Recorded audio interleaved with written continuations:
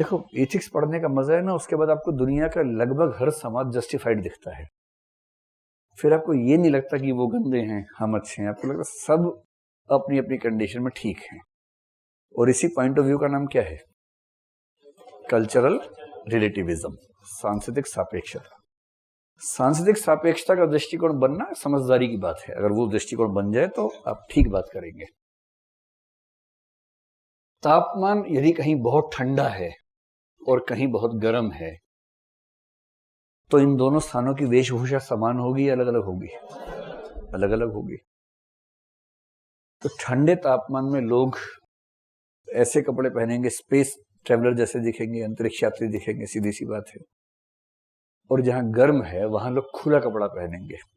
जैसे भारत में जो जलवायु है बहुत ठंडी नहीं है, कुछ हिस्सा छोड़ दें अगर। दक्षिण भारत में देखिए, वहां हर आदमी धोती ही पहनता है, लुंगी, वो भी उल्टी कर लेता है आधी।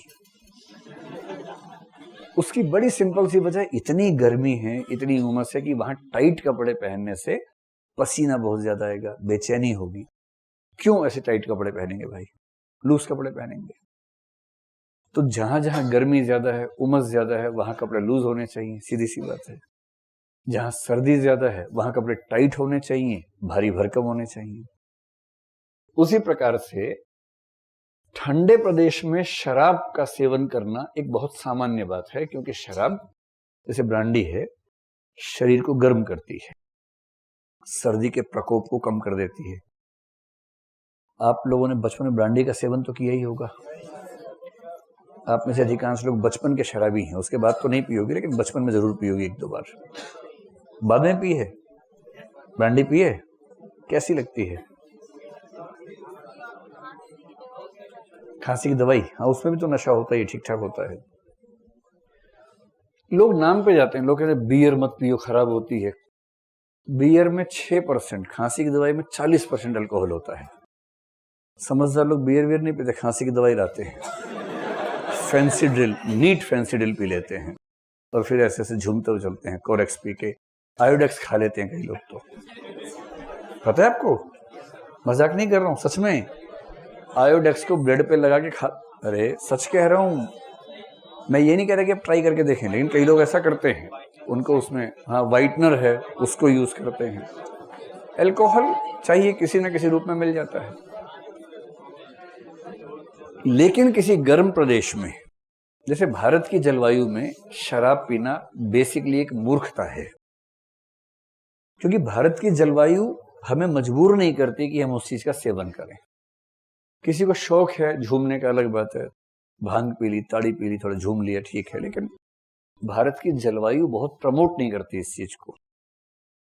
अब आप अगर यूरोप में जाएंगे, स्पेशली फ्रांस जैसे देश में जाएंगे, वैसे तो किसी भी देश में जाएंगे, वहां उनका शराब कल्चर का ऐसा हिस्सा है कि उसके बिना उनको कुछ समझ नहीं आता है। वो उनके सामान्य रूप से भोजन का हिस्सा है।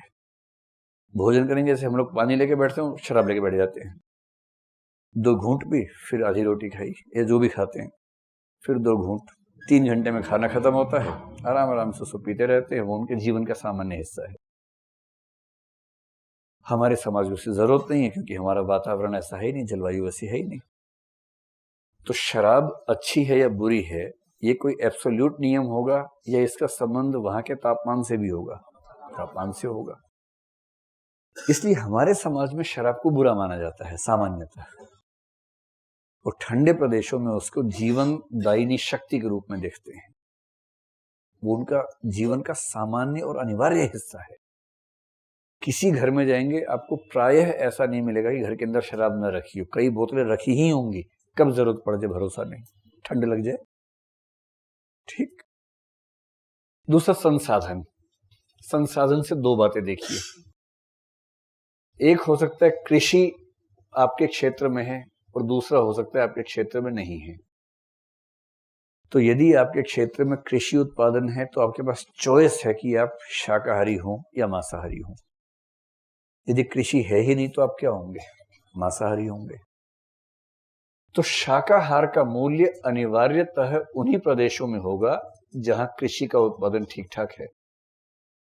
और जहां कृषि उत्पादन नहीं है वहां विकल्प क्या है लोगों के पास? मांसाहारी करेंगे।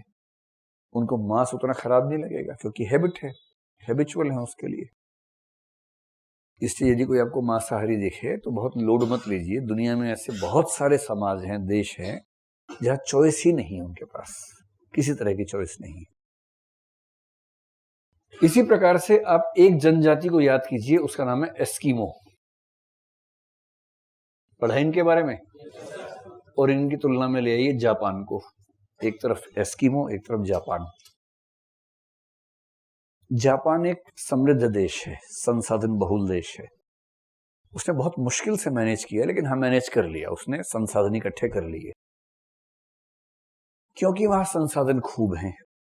और जापान की जनता की एक विशेषता है कि वो इमोशंस को बहुत वैल्यू करती है। देखिए, दुनिया में सबसे अच्छा बुढ़ा होता है जापान का बुढ़ा। जैसे अगर आपसे भगवान पूछे कि बेटा अगली बार क्या बनना चाहते हो, किस देश में पैदा होना चाहते हो, तो बोलना कि प्रभु गाय बनाओ तो भारत में भेजना, क्योंकि गाय बन के यूरोप चले गए ना, काट के खा जाएंगे आप। गाय का जो स्टेटस भारत में है और एक स्विट्जरलैंड में, वैसा स्टेटस कहीं नहीं है। तो अगले जन्म मोहे गैया ही कीजो और भारत में ही कीजो, है ना, अगर गैया करना हो। और मनुष्य बनाना हो, उसने उम्र कितनी है ये बताओ। अगर भगवान का 105 साल तो बोला जापान भेज दो, तब एस्किमो मत बन जाना। बड़ा खतरनाक ट्रीटमेंट है वहां एस्किमोस का। जापान में क्या होता है कि जापान के बुढ़े सबसे खुश हैं। उनके पास सोशल सिक्योरिटीज इतनी ज्यादा है क्योंकि वहां का समाज उनको बहुत आदर करता है। उनकी जीवन विधि ऐसी है कि उम्र वहां पर ज्यादा होती है, सामान्यतः भी ज्यादा है, अब तो समृद्ध भी है इसलिए भी ज्यादा है। और पूरे बुढ़ापे में उनकी चिंता करने के लिए सामाजिक संस्थाएं, राज्य सब काम करते हैं, क्योंकि समृद्ध भी हैं, संसाधन खूब हैं और मूल्य वैसे धीरे धीरे बन गए हैं। एस्किमोस की हालत यह है कि वहां पर संसाधन एकदम नहीं के बराबर है। बर्फीला प्रदेश है, संसाधन नहीं के बराबर है।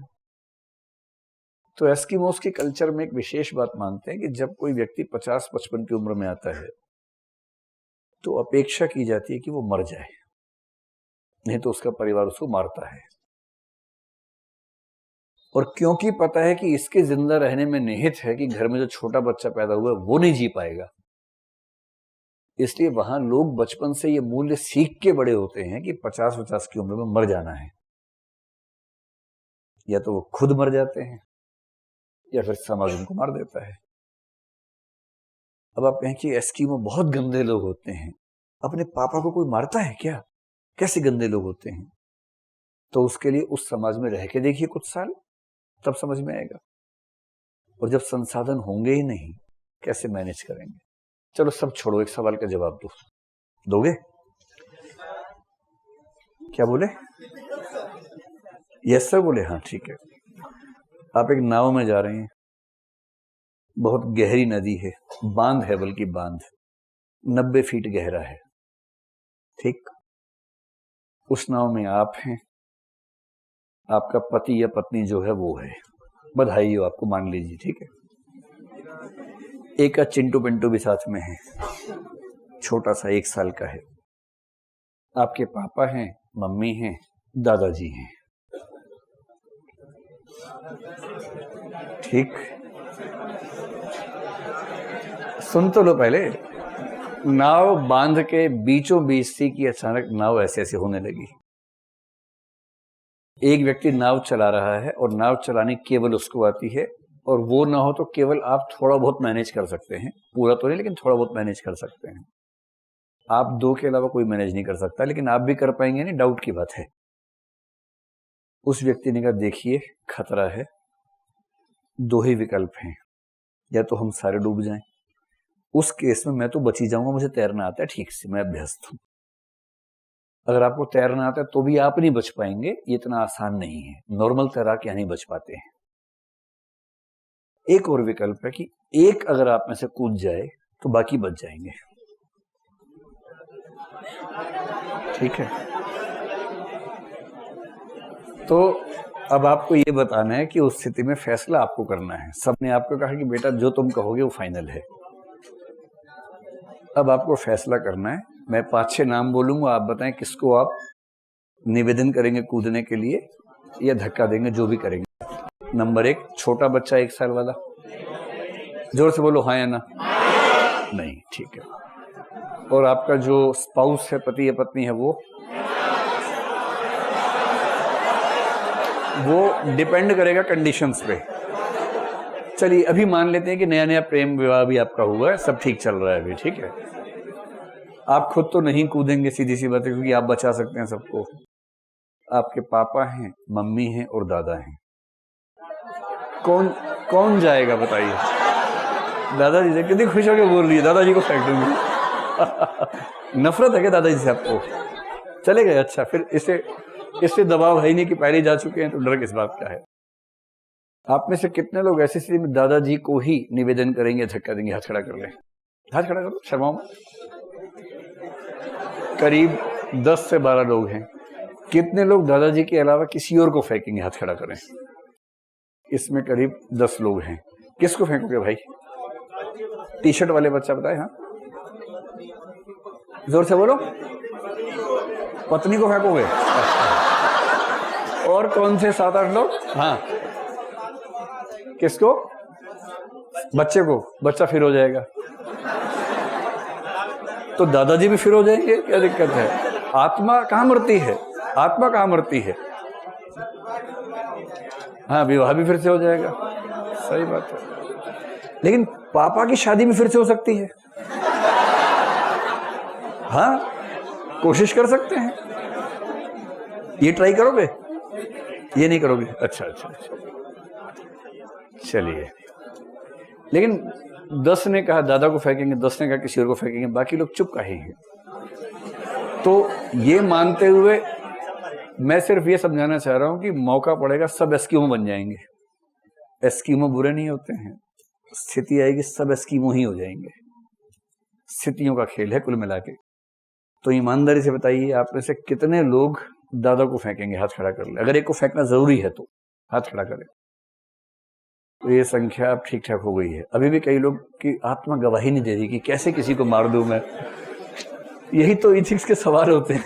क्या करें? तो संकट आने पे हम सबके अंदर का एस्कीमो जाग जाएगा, है ना? फिर वो कल्चर का हिस्सा हो जाता है।